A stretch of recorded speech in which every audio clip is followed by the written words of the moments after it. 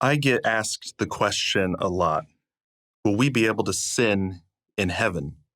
There's a reason why they ask that, and we're going to get into it. See, we often say that God created us with something like free will because love requires the freedom to choose or reject. And if we were made in the image of God, then that makes sense because we're made in the image of the one who is both free and love. But we're told evil exists because with freedom there comes responsibility, and responsibility can be abused. So it's because we are free that we can sin. But what about in heaven? What about on the new earth to come?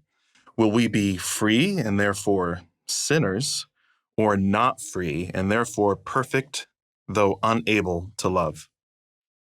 I think this is a really great question, and different parts of it have been debated for centuries. But let's look at basic premises we've started with and understand the logic of the question. We have a level of freedom that allows us to make morally significant choices. If we have that level of freedom, we can choose evil over good. But in heaven, we won't be able to choose evil. Therefore, in heaven, we don't have the level of freedom we have on earth. In other words, we will not be free. That's the concern. Now, interestingly, our freedom is often raised as a problem in the world, whereas early church theologians often affirmed free will in order to make the case that no one can blame God for their bad actions. Today we hear the opposite, that if God had not given us so much freedom, then the world wouldn't be as broken as it is. And so it's actually his fault. Our actions are his fault. And yet, it's also the idea that God imposes so many rules and restrictions on our freedom that many reject the Christian faith. Most of the time, we actually want more freedom, not less. Before I became a Christian, that was my view. God was a killjoy. And so this explains how, without having to really explain why, we know that something like the Stepford Wives is a psychological horror story. But all of this just brings up another question. Are God's choices not morally praiseworthy if he can do nothing else? Is God not free since he can't sin? And looking at this helps us look a bit at our own free will. Acknowledging first and foremost that God and humans are entirely different entities, we can also add that a morally significant choice does not necessarily require that one could have genuinely chosen one thing over another, but that choice that was made was not compelled by any external agent. So maybe I would always choose A over B, cookies over carrots, whatever it is. But as long as that choice is not coerced by an external agent and comes from my own desires, character, heart, soul, will, etc., then it's morally significant. And so in that sense, God's choices are morally praiseworthy. And that also opens up a doorway for looking at our own free will and morally praiseworthy or blameworthy choices. Now, there's a lot of debate over free will and the issue of nature and nurture in our lives. But even if we have difficulty deciphering whether we truly have free will or not, we can affirm that we have what the skeptic Michael Shermer has called free won't. In other words, I can choose to not do certain things. Sometimes things I want to do, sometimes things I don't want to do. Free won't also means that we can rise above some of the baggage of nature and nurture, things that shape our desires and character in order to make a free choice. God does seem to want all of us to make the free choice to be with him in eternity. 1 Timothy 2:4 says that God wants all people to be saved and come to a knowledge of the truth. In Titus 2:11, Paul writes that the grace of God has appeared that offers salvation to all people.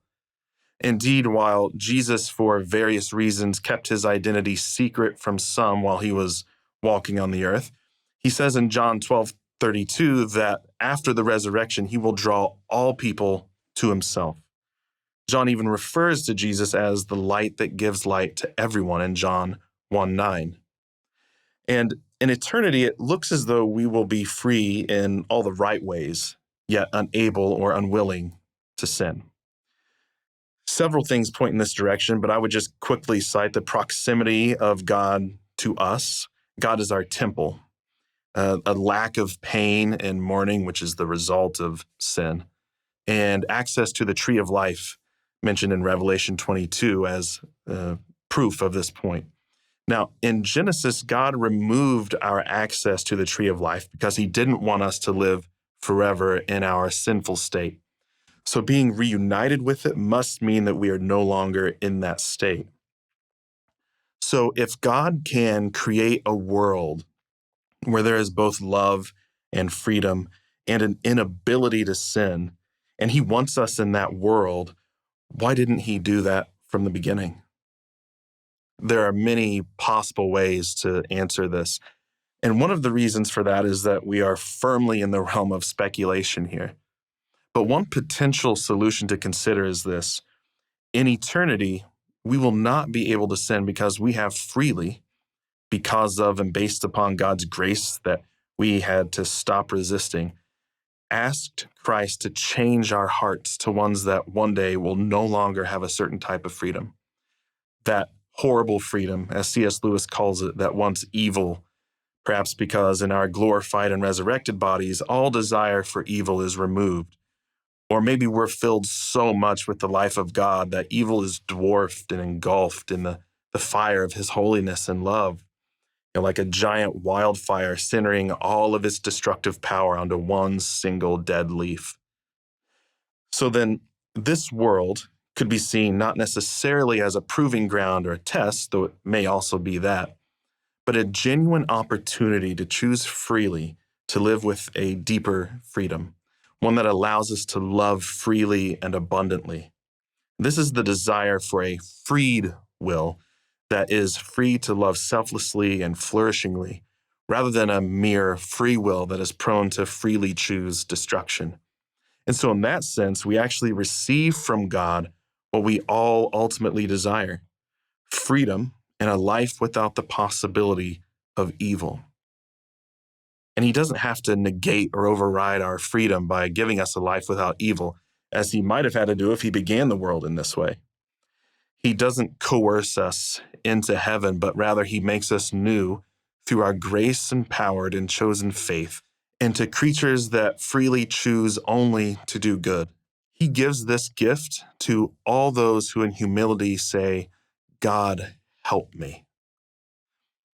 So all this talk of free will, I'm not impressed. Who wants it?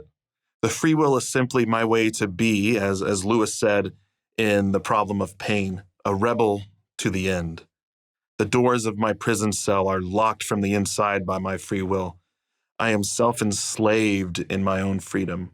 But when Christ came into the world, he gave himself to it. And his spirit now comes to us and invites us out of the bondage of the self-chosen way and into the freedom of a will freed by God and remade into his image, his life for our death, his freedom for our self-enslavement. This is what God offers to all of you today.